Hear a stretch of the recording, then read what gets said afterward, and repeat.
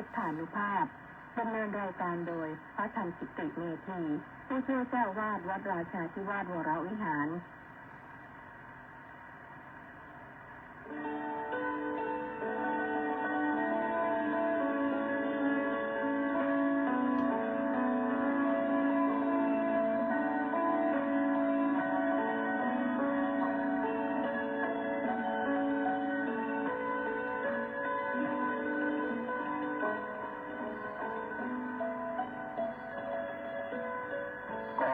เชิญชวนมาฟังธรรมนำชีวิตขัดเกลาจิตบริสุทธิ์ผุดผ่องใสเสริมปัญญาบารมีให้จิตใจสุขสดใสเมื่อได้ท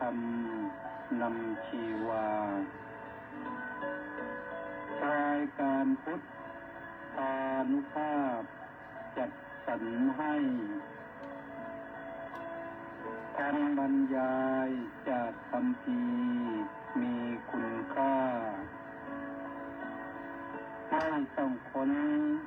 ไม่ต้องอ่านให้เมื่อยตาได้เวลา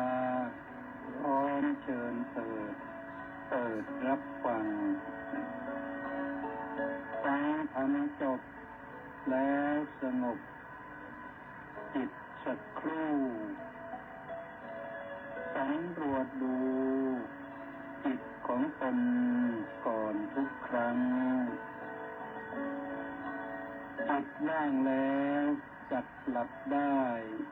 ทรงพลังสุขสมหวังส่วนทุกท่านนิรันดร์เถิด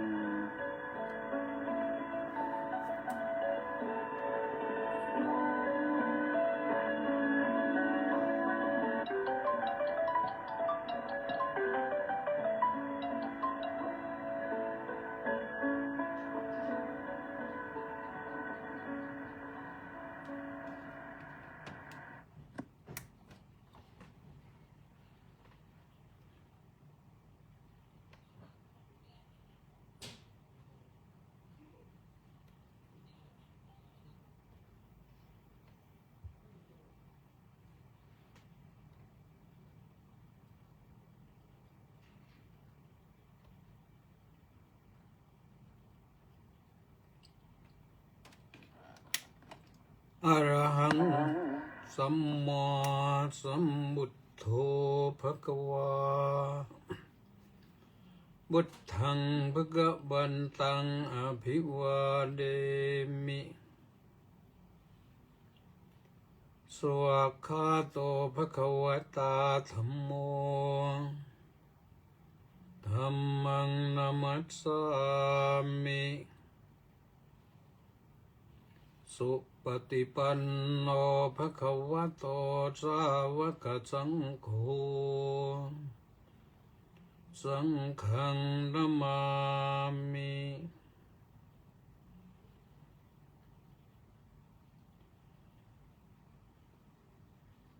กท่านจะภิกขเวภิกขุกายเยกายานุปัสสีวิหรติอิทัพภิกขเวภิกขุอรัญญกโตวารุขมูลคโตวาสุญญาการคโตวาติขอถวายความนอบน้อมแด่พระรัตนตรัยขอคารวะพระเถรานุเถระเจริญสุขเจริญพรท่านสาธุชนทุกท่าน สะดุดนิดหนึ่งตะกี้เนี่ยเนื่องจากว่าหน้าจอมันหน้าจอมันเกิดเปลี่ยนแปลงนิดหนึ่งไม่ทันรู้ตัวทางหน้าจอหน้าจอไลน์ก็ปรับปรุงเปลี่ยนแปลงโดยที่ไม่ได้ทราบก็เลยงงมันใช้ได้หรือเปล่าทดลองเสียงแล้วก็ใช้ได้ ก็เป็นอันว่าเอาและว่าไปตามนี้ ท่านสาธุชนทั้งหลาย ขณะนี้ท่านกำลังรับฟังรายการพุทธานุภาพกับพระธรรมกิตติเมธีทางสถานีวิทยุกองพลที่ 1รักษาพระองค์วิทยุเสียงธรรมจากชาวพุทธวิทยุพระพุทธศาสนาและสังคมทุกคลื่นและ Facebook ไลฟ์ที่กิตติเมธีเหมือนเดิมวันนี้ก็มาพบกันที่วันพฤหัสบดีที่ 6 มีนาคมพระพุทธศักราช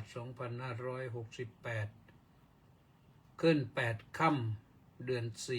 4 วันนี้ต้องขออนุโมทนากับคุณโยมป้าสุมาลีกอมณีร่วมกองบุญหนุนกองธรรมมา300 บาทสาธุสาธุแล้วก็ยังมีคนป้า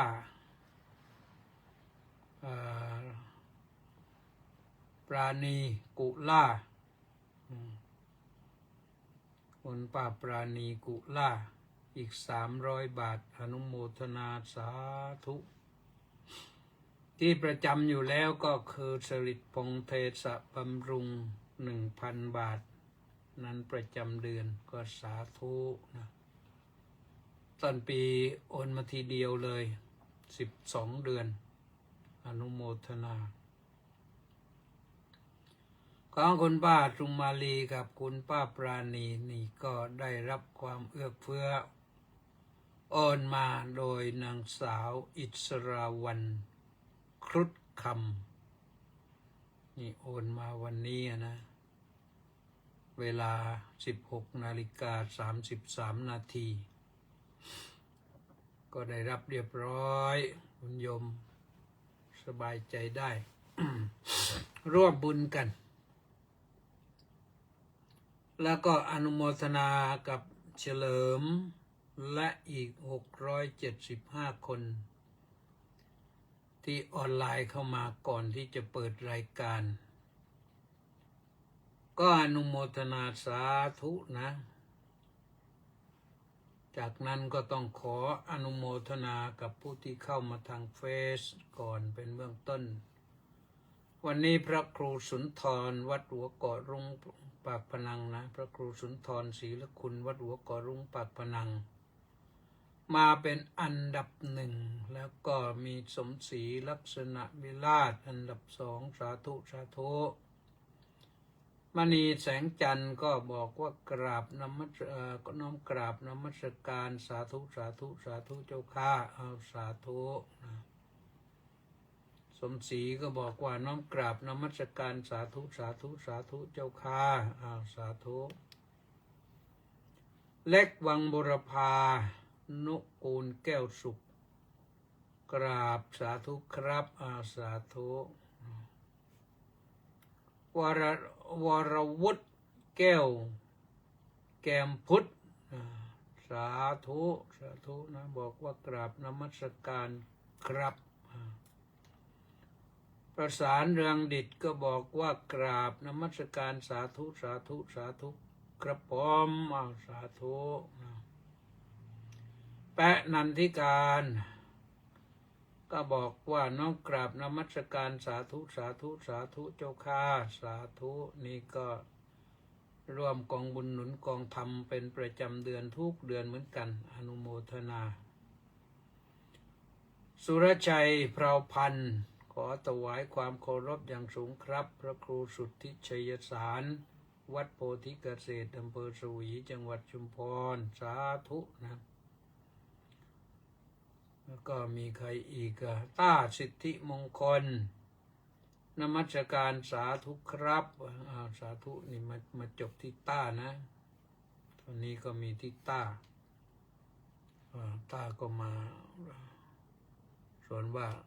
สมศรีก็มาเรื่อยๆนะก็เอาละว่ากันไปวันนี้เริ่มบทพระบาลีนะว่ากท่านจะภิกขเวภิกขุกายเยกายานุปัสสีวิหรติก็ตั้งใจว่าจะบ รรยายมหาสติปัฏฐานข้อว่ากายานุปัสสนาสติเอาในลงลึกหน่อยแต่ว่าก่อนจะเข้าไปเนี่ยลึกๆนี่ก็ขอประชาสัมพันธ์กิจกรรมวัดราชาธิวาสวิหารสักหน่อยนะปีนี้ สงกรานต์ใกล้เข้ามาแล้วโยมสงกรานต์ใกล้เข้ามาก็ทางวัดก็ เตรียมการนะว่าเราทำกิจกรรมให้ญาติโยมได้ร่วมบุญร่วมกุศลกันด้วยก็เริ่มปีนี้นะที่วัดจะจัดเป็นกิจกรรมขึ้นมาเริ่มต้นด้วยการตักบาตรนะตักบาตรข้าวสารอาหารแห้งเพื่อนำไปสงเคราะห์ส่วนอื่นพระก็ส่วนหนึ่งโยมก็ส่วนหนึ่งพาไปสงเคราะห์ด้วยถ้าเหลือเพราะฉะนั้นขอประชาสัมพันธ์เชิญชวนนะว่าวันสงกรานต์ปีนี้ก็วันที่13แหละ13เมษายนก็ทำบุญตักบาตรข้าวสารอาหารแห้งกันญาติโยมก็ไปร่วมกันปกติเราทำหน้าพระอุโบสถนะแต่ว่าโยมไปก็ไปถึงก็เห็นวางโต๊ะวางอะไรอยู่เหมือนกับทุกครั้งที่จัดกิจกรรมทำบุญตักบาตรเสร็จแล้วก็ไปที่ศาลาการประเรียนคิดว่าตักบาตรประมาณ8:30ถึง9 โมงนะไม่ใ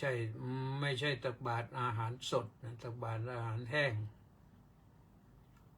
ก็8:30ถึง9 โมงเพื่อให้ญาติโยมได้เดินทางสะดวกหน่อยไม่ต้องรีบเร่ง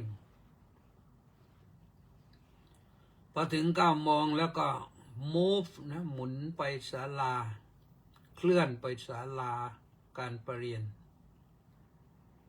ที่นั่นจะมีพิธีมาติกาบังสุกุลให้บุพการีชนงานสงกรานต์นี่บุพการีชนก็รออยู่หวังบุญหวังกุศลจากลูกหลานเหลนโหลนญาติสนิทมิตรสหายจะมาทำบุญอุทิศให้ก็เคยย้ำมานะว่าผู้ที่ละโลกนี้ไปแล้วนั้นท่านทำมาหากินไม่ได้ต้องอยู่ได้โดยบุญเท่านั้นนะแล้วก็ท่านไม่ขี้โกงเหมือนมนุษย์นะไม่ขี้โกงเหมือนมนุษย์ไม่ไปหยิบฉวยเอาของคนอื่นเหตุเป็นเช่นนั้นเพราะว่าท่านเห็นแล้วว่าการไปถือเอาสิ่งของคนอื่นที่เจ้าของเขาไม่ได้ให้นี่เป็นอาการแห่งลักขโมยหรือบีบบังคับเอาก็โดยที่เขาไม่ตั้งใจให้เนี่ยมันเป็นบาปมันทำให้ท่านต้องรับผลกรรมยาวไปอีกเพราะฉะนั้นลูกหลานต้องทำบุญอุทิศให้ท่านผู้ล่วงลับไปแล้วพอมาติกาบังสุกุลเสร็จก็จะได้ถวายภัตตาหารเพลพระสงฆ์ก็ฉันเพลญาติโยมก็ไปถวายภัตตาหารกันเป็นปกติอยู่แล้วแหละนะญาติโยมหลายๆท่านก็เป็นร้อยคนหลายร้อยคนก็ไปถวายอาหารกันพอถวายอาหารเสร็จแล้วก็เกือบเที่ยงนะก็ธรรมดาสงกรานต์ก็ส่งน้ำพระนะส่งน้ำพระพุทธปฏิมาหรือพระพุทธรูปแล้วไปส่งน้ำหลวงปู่ด้วยนะหลวงปู่ก็ปีนี้ก็อยู่ที่95นี่นะบางวันก็สุขภาพดีกระฉับกระเฉง แต่บางวันก็อ่อนหน่อยนะแต่วันนี้นี่ภาคเช้าขึ้นศาลาการประเรียนนนวันพระยังขึ้นศาลาการประเรียนได้ขึ้นนำทำวัดเช้าแล้วก็ฟังเทศจนจบวันนี้ท่านเจ้าคุณศรีวิสุทธิญาณเทศก็เทศไปถึงเกือบ10:30จบก็ลงอันนี้บอกว่าหลวงปู่นั้นยังมีความกระฉับกระเฉงขึ้นศาลาได้ศาลาก็บันได18 ขั้นอยู่ขึ้นได้ก็ถือว่ามีความสมบูรณ์อยู่ร่างกายส่งน้ำเสร็จก็เสร็จนะก็ดูอีกทีหนึ่งว่าจะส่งน้ำพระสงฆ์สักกี่รูปหรือว่ามีญาติโยมไหนไปนั่งให้ลูกหลานได้ส่งน้ำบ้างจัดเก้าอี้จัดพิธีนะก็ญาติโยมไปก็แล้วกันนอนอะไรตั้งแต่8:30ไง8:30ใส่บาตรทำบุญตักบาตรพอ9 โมงเสร็จก็ไปประกอบพิธีมาติกาบังสุกุลอุทิศส่วนบุญส่วนกุศลให้บุพการีชนทั้งหลายบุพการีชนท่านก็หวังอยู่ว่าลูกหลานจะมาทำบุญให้วันนั้นเราก็ไปทำให้อาตมาเคยวิเคราะห์เอาเองนะว่าสมัยก่อนนี่ผีหลอกเยอะเหตุผลที่ผีหลอกเยอะเพราะว่าผู้ที่ตายไปเนี่ยไม่ได้ทำบุญทำทานอะไรเลยเหตุที่ไม่ได้ทำบุญเพราะว่าวัดวาห่างไกลเมื่อก่อนไม่ค่อยมีวัดนะในชนบทยิ่งห่างไกลมาก 3-4 กิโลเมตรก็ไม่มีวัดสักวัดหนึ่งอะไรทำนองเนี้ยจะไปทำบุญสักทีก็ไกลมากนะ แต่พระก็ไม่ค่อยมีพระก็มีวัดละรูป2 รูปถึงบางครั้งบางทีท่านก็ไปศาสนกิจที่อื่นก็หมดโยมไปวัดก็ไม่ได้ทำบุญก็เลยคนที่จะแสวงบุญมันก็น้อยที่จะแสวงหาอุบายที่จะได้ทำบุญสั่งสมบุญน้อยแล้วก็การเศรษฐกิจอะไรก็ไม่เหมือนปัจจุบันเพราะฉะนั้นคนเหล่านั้นทั้งปีทั้งชาติไม่ได้ทำบุญเมื่อไม่ได้ทำบุญก็ตายไปก็ไม่มีบุญจะไปส่งจะไปที่สบายก็เลยวนเวียนอยู่แถวนั้นมันทำไปทำมาก็เอาอดหิวโซไม่ไหวก็มาปรากฏกายให้ลูกหลานเห็นลูกหลานก็รู้ว่าผีเท่านั้นแหละไม่ได้รู้เรื่องอื่นรู้ว่าโดนผีหลอกเท่านั้นก็หาหมอหาหมอผีกับไล่ทั้งที่ญาติมาขอส่วนบุญไปขับไล่เพราะไม่รู้นี่แต่มาปัจจุบันเนี่ยไม่ค่อยมีผีหลอกไม่ใช่ว่าผีกลัวหมอผีแต่อาตมาเชื่อว่าคนปัจจุบันเนี่ยถึงวัดกันทั่วนะวัดมีไปทั่วประเทศไทย 43,000 กว่าวัดนะโยมประเทศไทยนี่ปัจจุบันเนี่ย 43,000 กว่าวัดก็เรียกว่ามีแทบจะทุกหมู่บ้านนะห่างก็ไม่ไกลมากนะก็ไปทำบุญได้ก็ไปทำบุญได้ก็ทำบุญอุทิศให้หรือว่าท่านเหล่านั้นก็ทำบุญไปแล้วท่านก็ไม่ต้องไปเที่ยววนเวียนอยู่หรือ ไม่ได้ทำบุญไปก็ลูกหลานก็ทำบุญอุทิศให้ท่านเหล่านั้นก็อยู่ปลอดภัยสบายนะไม่ต้องเป็นทุกข์เดือดร้อนอยู่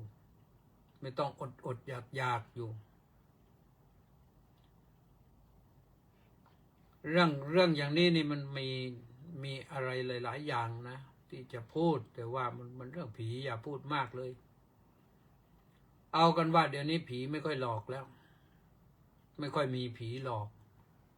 เพราะท่านเหล่านั้นก็ได้ทำบุญกันไปแล้วหรือท่านที่บุญไม่พอก็ลูกหลานทำบุญอุทิศให้เพราะฉะนั้นบุญนี่มีสองอย่างโยมหนึ่งบุญสร้างคือสร้างกันเอาเองถ้าอีกอย่างหนึ่งก็เรียกว่าบุญเสริมคือจะเรียกว่าบุญเสริมจะเรียกว่าบุญเติมก็ได้นะแต่ว่าบุญเสริมแหละสร้างกับเสริมใครที่บุญบกพร่องหน่อยก็เสริมให้เหมือนบ้านชำรุดทรุดโทรมนะก็เสริมก็ซ่อมนะบุญสร้างบุญเสริมบุญเติมบุญซ่อมส่วนที่พร่องท่านเหล่านั้นก็ไม่ต้องเป็นทุกข์เดือดร้อนอยู่ลูกหลานไม่ลืมนะอันนี้ก็ว่าด้วยเรื่องการทำบุญนะแล้วก็เสร็จแล้วนี่เราส่งน้ำนะเพราะจะถวายพระทหารก่อนถวายพระทหารก็อาจจะนะกรวดน้ำสัก2 ครั้งกรวดน้ำครั้งแรกก็กรวดน้ำอุทิศบุญกุศลก่อนแต่ครั้งที่2ก็คือฉันเสร็จก็กรวดน้ำแต่ก็มีอยู่2 นัยยะนะ2 นัยยะว่ารวมกรวดน้ำทีเดียวไหมอันนี้ต้องคุยกันอีกทีหนึ่งถ้ากรวดน้ำทีเดียวเสร็จแล้วก็พระลุกโยมลุกไปส่งน้ำพระกันตามประเพณีสงกรานต์วราชาไม่ต้องห่วงโยมน้ำเยอะน้ำประปาก็เยอะเดี๋ยวนี้แม่น้ำเจ้าพระยาก็มีเยอะน้ำเจ้าพระยาก็ใสสะอาดเนี่ยเดี๋ยวนี้นี่เกศราพรหมมาศสาธุเจ้าข้านะเชิญวันสงกรานต์มาทำบุญตักบาตรมาทำบุญอุทิศแด่บุพการีชนมาถวายภัตตาหารเพลมาส่งน้ำพระพุทธปฏิมาส่งน้ำพระสงฆ์เชิญได้นะพ่อสริตพงษ์เทศะบำรุงก็มาด็อกเตอร์นะสาธุครับพระอาจารย์ว่างั้นด็อกเตอร์ไม่เอี่ยมอ่องนะเนี่ยเสร็จไปเรียบร้อยไปแล้วนะก็เมื่อตะกี้ยกพระบาลีขึ้นมากับท่านจะภิกขเวภิกขุกายเยกายานุปัสสีวิหรตินะแปลว่าภิกษุทั้งหลายภิกษุย่อมพิจารณาเห็นกายในกายเนืองๆอยู่คืออย่างไรกับท่านจะนี่คืออย่างไรเล่าอิทัพภิกขเวภิกขุภิกษุทั้งหลายภิกษุในธรรมวินัยนี้ขอพักตรงนี้ก่อนนิดหนึ่งว่าคำว่าภิกษุนะโยมอย่าไปคิดเอาว่าไม่ใช่เรื่องของเรานะพระพุทธเจ้าตรัสคำว่าภิกษุนั่นเวลาเทศนั้นมีความหมายไปถึงภิกษุภิกษุณีอุบาสกอุบาสิกาแต่ใช้คำว่าภิกษุอย่างเดียวในความหมายว่าท่านผู้เห็นภัยในสังสารวัฏทั้งหลายท่านผู้เห็นภัยในการที่จะไปต้องท่องเที่ยวเวียนว่ายตายเกิดอยู่ในสังสารวัฏทั้งหลายเรียกว่าภิกษุนะ สังสาเรพยังอิคติสีเลนาติภิกขุผู้มีปกติเห็นภัยในสังสารวัฏคือในการเวียนว่ายตายเกิดชื่อว่าภิกษุเพราะฉะนั้นคำว่าภิกษุในที่นี้จึงหมายถึงผู้บวชเป็นภิกษุสงฆ์ก็ชื่อว่าเป็นภิกษุภิกษุณีคือสตรีเพศก็มาบวชก็ชื่อว่าภิกษุในที่นี้อุบาสกที่ไปนั่งฟังธรรมอยู่ก็ชื่อว่าเป็นภิกษุในที่นี้เพราะถ้าไม่เห็นภัยในสังสารวัฏก็ไม่ไปนั่งฟังธรรมอยู่หรอกอุบาสิกาโยมผู้หญิงที่ฟังธรรมอยู่ณขณะนั้นก็ถือว่าเป็นภิกษุในที่นั้นนะเพราะฉะนั้นเมื่อพระพุทธองค์ตรัสว่าภิกษุทั้งหลายก็หมายถึงญาติโยมทุกคนด้วยนะภิกษุในธรรมวินัยนี้ก็หมายถึงอุบาสกอุบาสิกาในธรรมวินัยนี้ด้วยนะอรัญญคโตวารุขมูลคโตวาสุญญาคารคโตวาไปแล้วสู่ป่าก็ดีไปแล้วสู่โคนไม้ก็ดีไปแล้วสู่เรือนว่างก็ดีเรือนว่างนี่ว่างเปล่าเลยนะหมายความว่ายังไงหมายความว่าถ้าท่านเหล่านี้ไปหาอรัญราวป่าหรือไปหาโคนไม้นั่งแล้วหรือว่าไปที่เรือนว่างก็ดี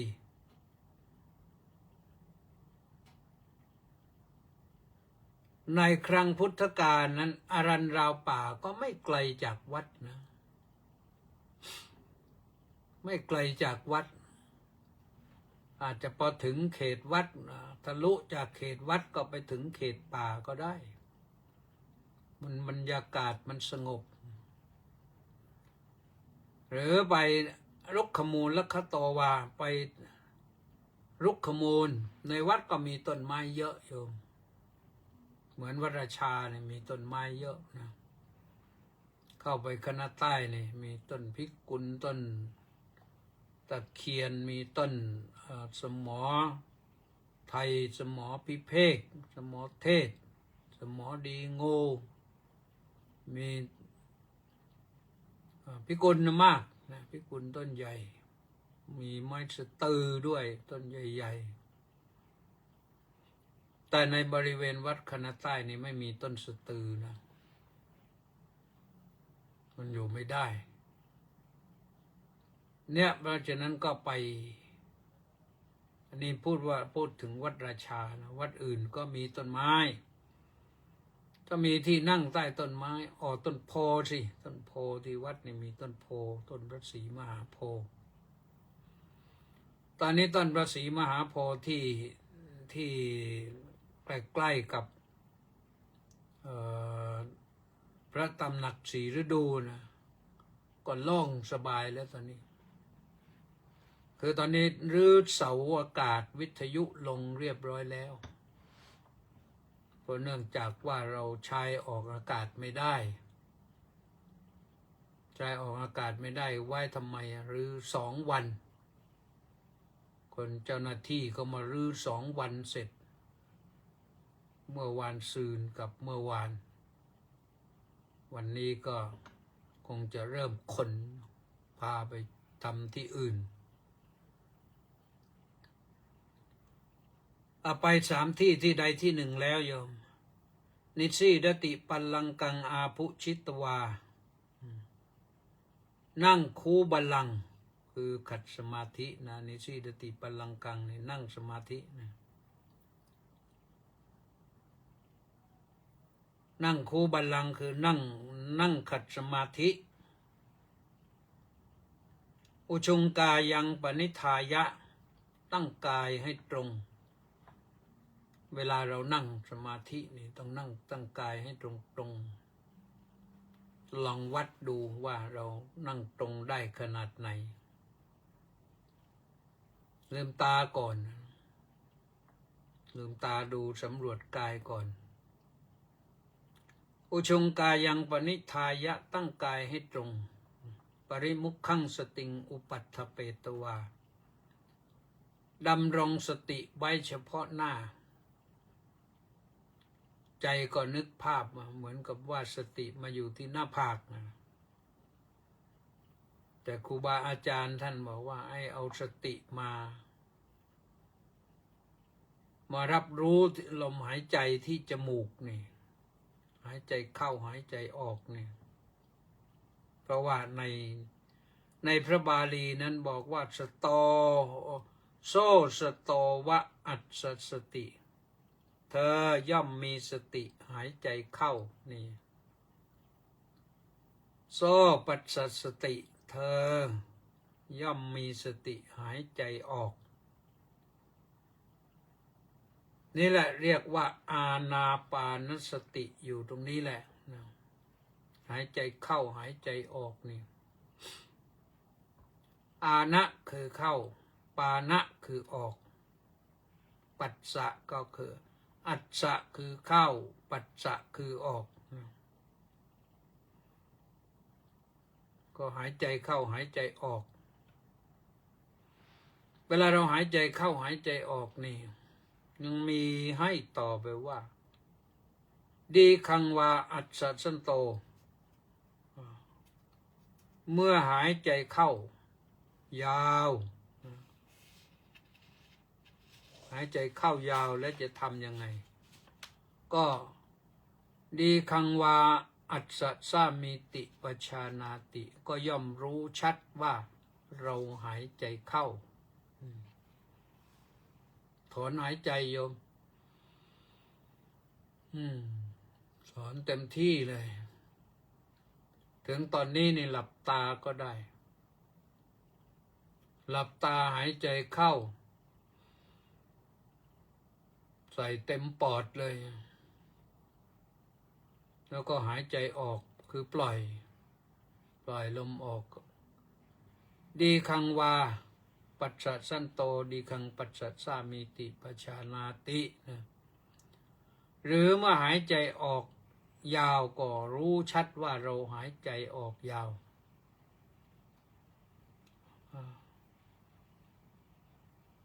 รัตสังวาอัสสะสันโตเมื่อหายใจเข้าสั้นรัตสังอัสสะสามิติปชานาติก็รู้ชัดว่าเราหายใจเข้าสั้น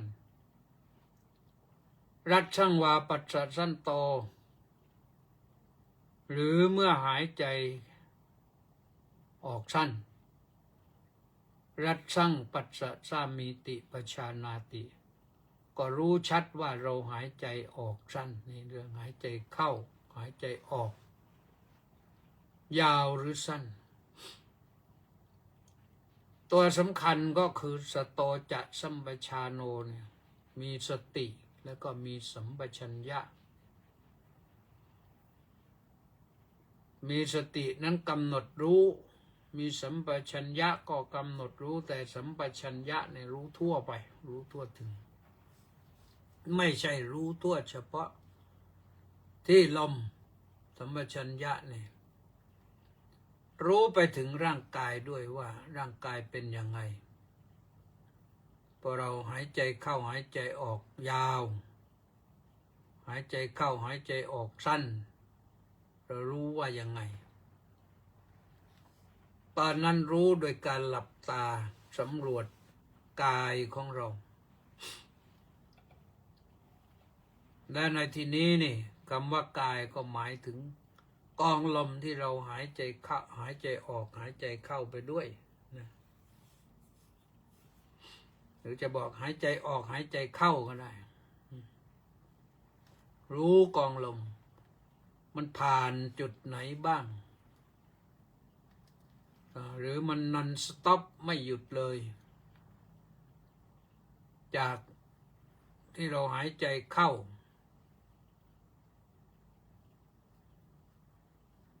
ผ่าน โพรงจมูกอาจจะถูกริมฝีปากก่อนถ้าเราหลับตาเนี่ยเราจะรู้ว่าเวลาเราสูดหายใจเข้าเนี่ยลมจะกระทบฝีปากข้างบนเราก่อนนิดหน่อยสิ่งนี้จะเกิดขึ้นได้รู้ได้เพราะเรามีสัมปชัญญะถ้าไม่มีสัมปชัญญะรู้ไม่ได้นะต้องมีสัมปชัญญะสัมปชัญญะนี่แปลว่าความรู้ตัวทั่วพร้อมพอกระทบโพรงจมูกเราก็รู้อันนี้รู้ง่ายแล้วพอกระทบโพรงจมูกแล้วมันก็ขึ้นข้างบนนิดหนึ่งเพราะว่าจมูกของเรานี่มันโพรงจมูกมันจากนอนเนี่ยจากระหว่างคิ้วไปลงไปข้างล่างแล้วแต่ว่าใครจมูกสั้นจมูกยาวขนาดไหนแล้วก็เข้าไปก็มีช่องระบายไปถึงช่องลมหลอดลมลมนั้นก็จะเข้าไปถึง หลอดลมลงลึกไปถึงปอดพอถึงปอดแต่ว่าปอดก็กระจายลมไปถึงทั่วกายแต่อาการที่ปรากฏท่านให้กำหนดรู้ลมที่เราหายใจเข้าไปว่าท้องเราก็ต้องป่องขึ้นที่จริงแล้วถ้าเราบังคับไว้ไม่ให้ลงไปที่ท้องแต่อกผึ่งผายขึ้นก็ได้เพราะว่าเข้าไปเต็มปอดเนี่ยสิ่งเหล่านี้เนี่ยในสื่อโซเชียลมีเดียนี่ก็ในไลน์นี่ก็มีคนส่งมาบ่อยบอกว่าเนี่ยถ้ากด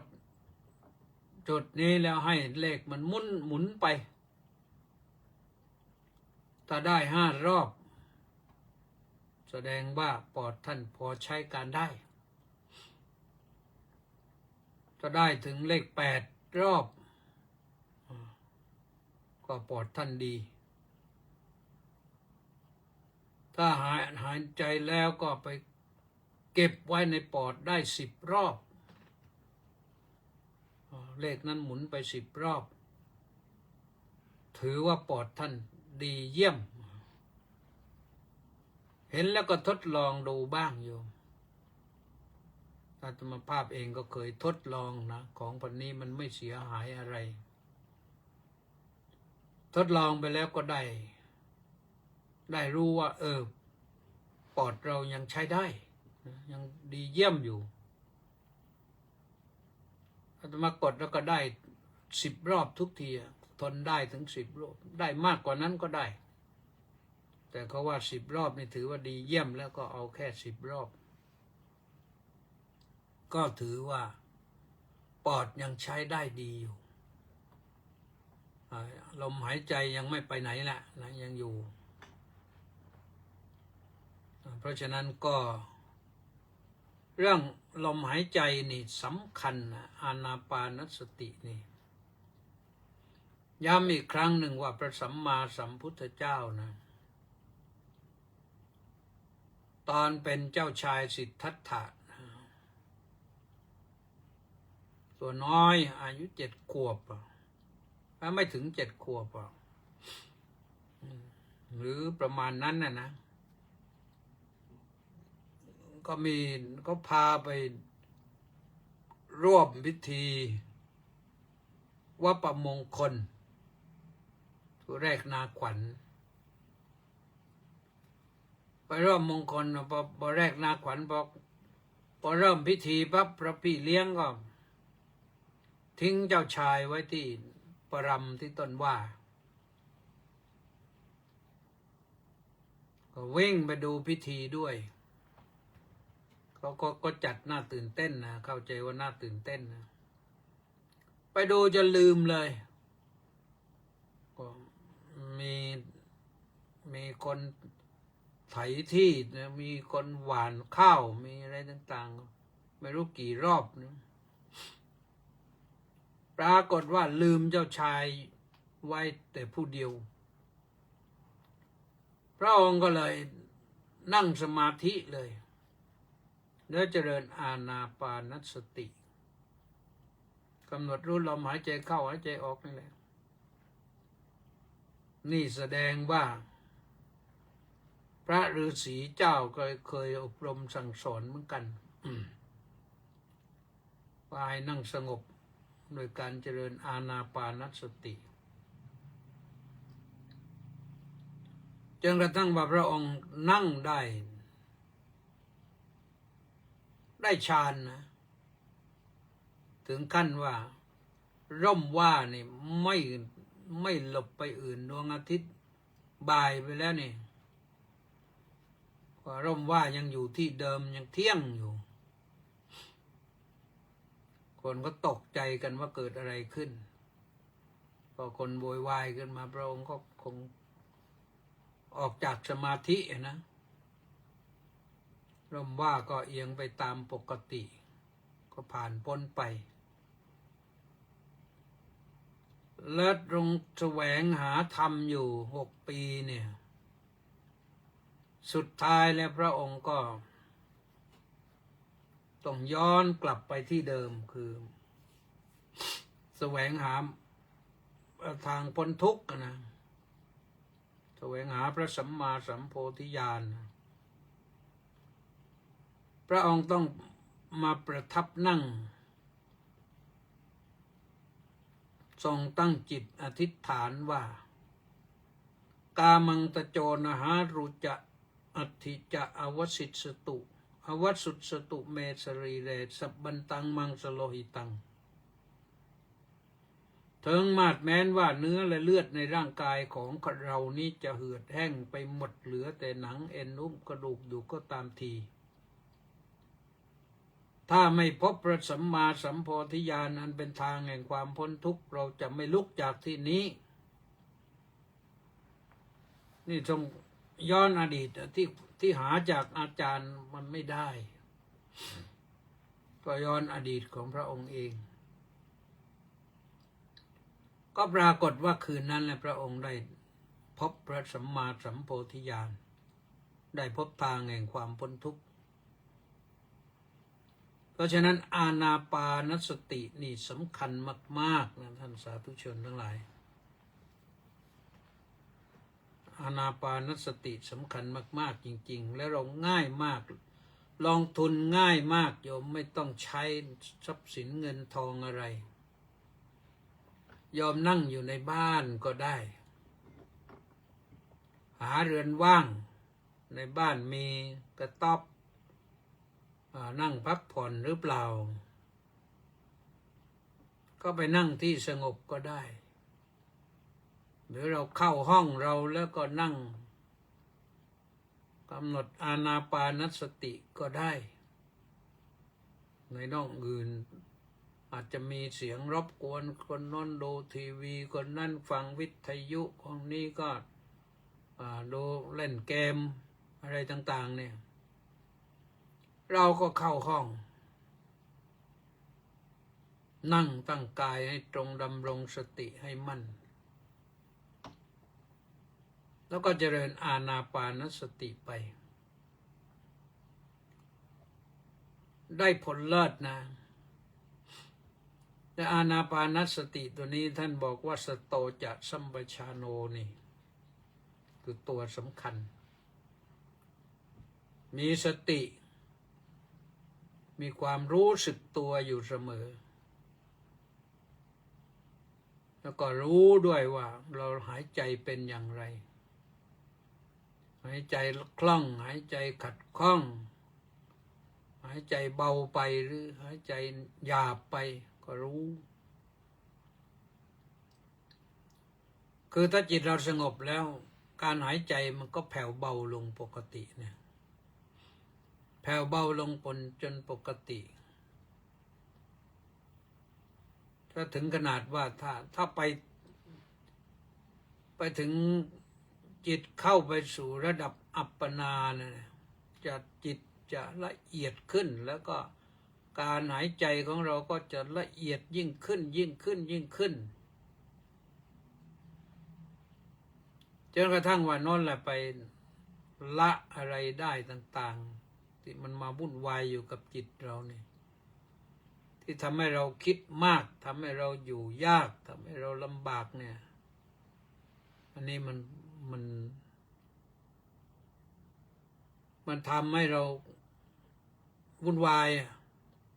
เพราะฉะนั้นถ้าเราอยากจะสลัดตัดความวุ่นวายออกไปเนี่ยเราก็ต้องกำจัดไปโดยใช้อุปกรณ์ที่ราคาถูกมากคือลมหายใจเข้าหายใจออกนี่ไม่ต้องไปคิดลงทุนอะไรมากถ้ายอมอยู่บ้านมีมุมบ้านที่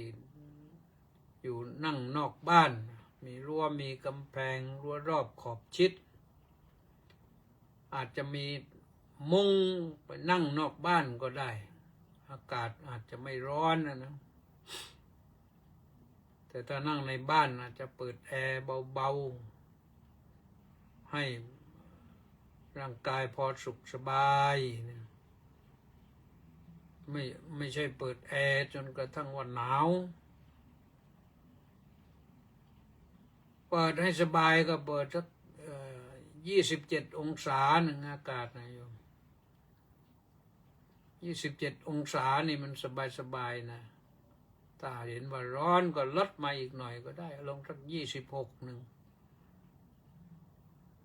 จะเปิดแอร์ตั้ง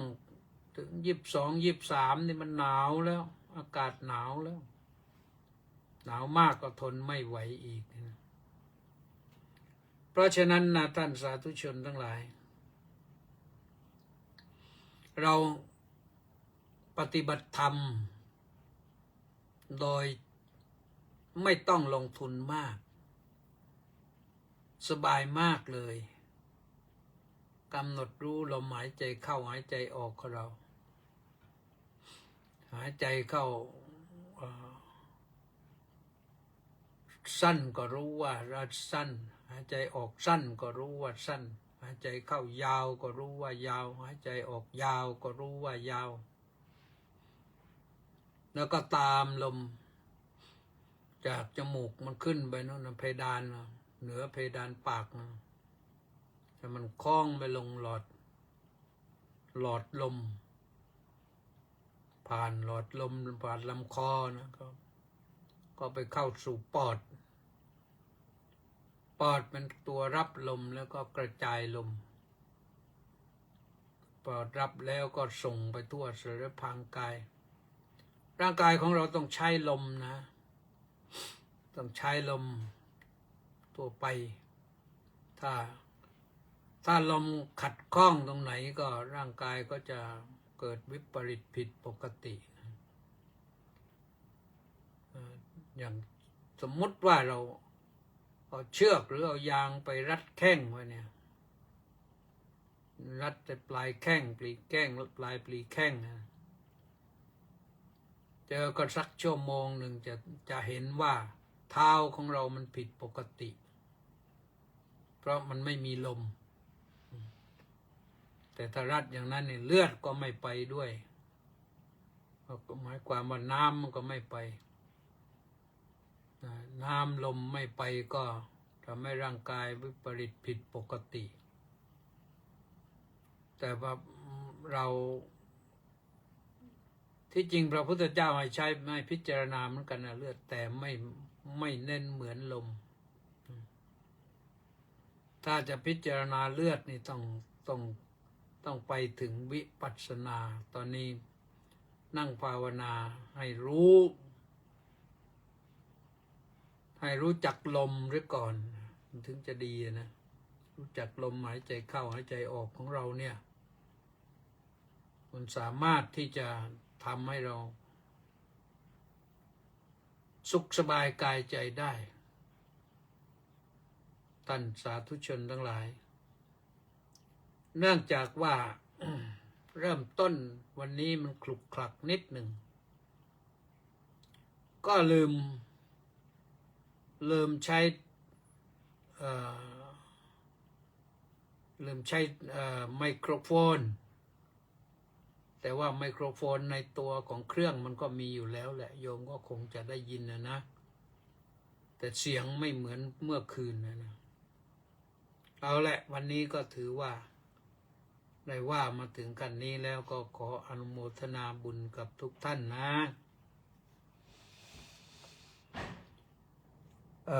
จับไว้เท่านี้ก่อนยังไม่จบนะอานาปานสตินี่ยังไม่จบพรุ่งนี้ค่อยว่ากันใหม่อีกสักวันหรือ2 วันส่วนวันนี้ก็ขอจบไว้ตอนนี้ก็ดูก่อนว่าใครมาบ้างนะมีใครมาบ้างก็มีแหละนะ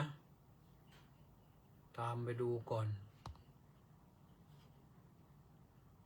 เมื่อกี้ไปถึงเกษราพรหมมาศแล้วสาธุสาธุสาธุเจ้าข้าสาธุสริตพงษ์เทศบำรุงก็สาธุสาธุครับพระอาจารย์เบนคิมกราบนมัสการพระเดชพระคุณท่านเจ้าคุณอาจารย์ด้วยความเคารพอย่างสูงครับสาธุ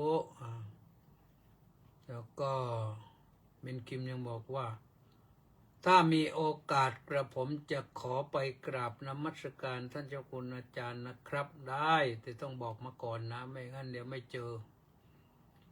ทองใสราชโคตรก็บอกว่าน้อมกราบนมัสการหลวงพ่อเจ้าคุณขอรับสาธุสาธุสาธุย้ำอีกทีหนึ่งถ้าจะไปพบก็ต้องโทรเข้าไปก่อน0819097140นะไม่งั้นก็พลาดได้พลาดคือไม่ได้เจอกันลีลาวดีดอกสร้อยบอกว่าน้อมกราบนมัสการด้วยความเคารพอย่างสูงเจ้าข้าสาธุนครสวรรค์นะแนติแก้วเคนบอกว่ากราบสาธุสาธุสาธุสาธุแล้วก็มีใครอีกบ้างเฉลิมชัยASบอกว่ากราบถวายความเคารพอย่างสูงครับนี่เจ้าอาวาสวัดโพธิการามชุมพรโน่นสุขุมวงบอกว่า